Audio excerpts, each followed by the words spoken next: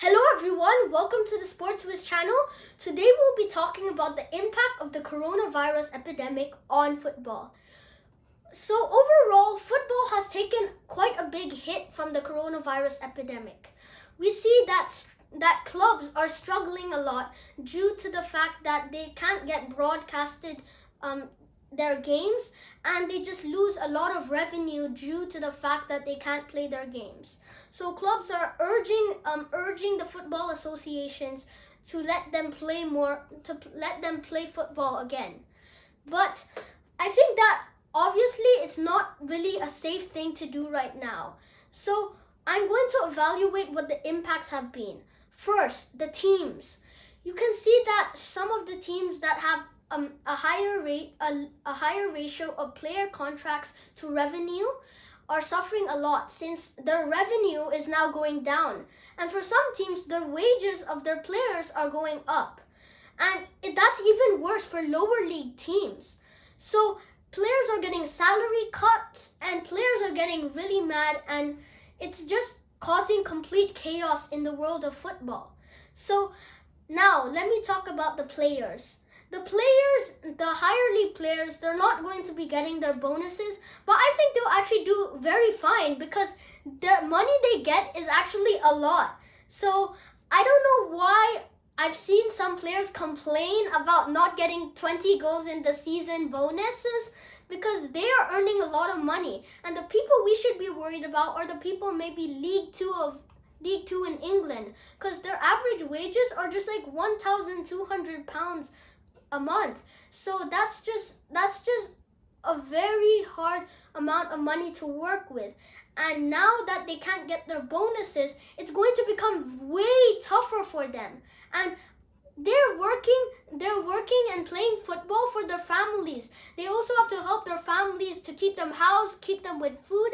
And this can impact a lot of the world, because football is sports, and football overall is one way that a lot of people earn their money off. Football owners, football players, and basically everyone involved in football. So this coronavirus epidemic has taken a big hit to football, and you know that all of the people are just trying to entertain themselves. You've seen all of the videos of people having online training sessions, and actually I think it's a pretty good idea. So now the football players are returning to training.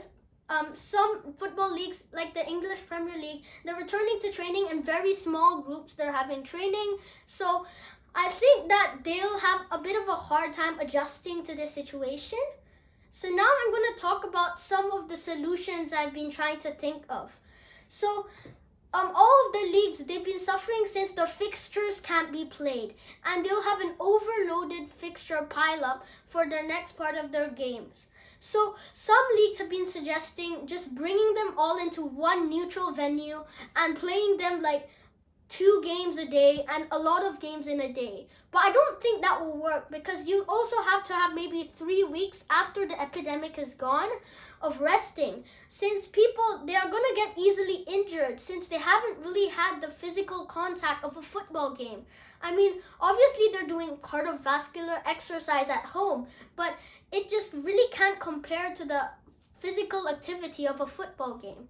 So I think that you're also going to have to wait for that. So overall, really the only solutions are continue with the schedule, or we'll just have to skip the season, or crown the current first placers in each league as champions.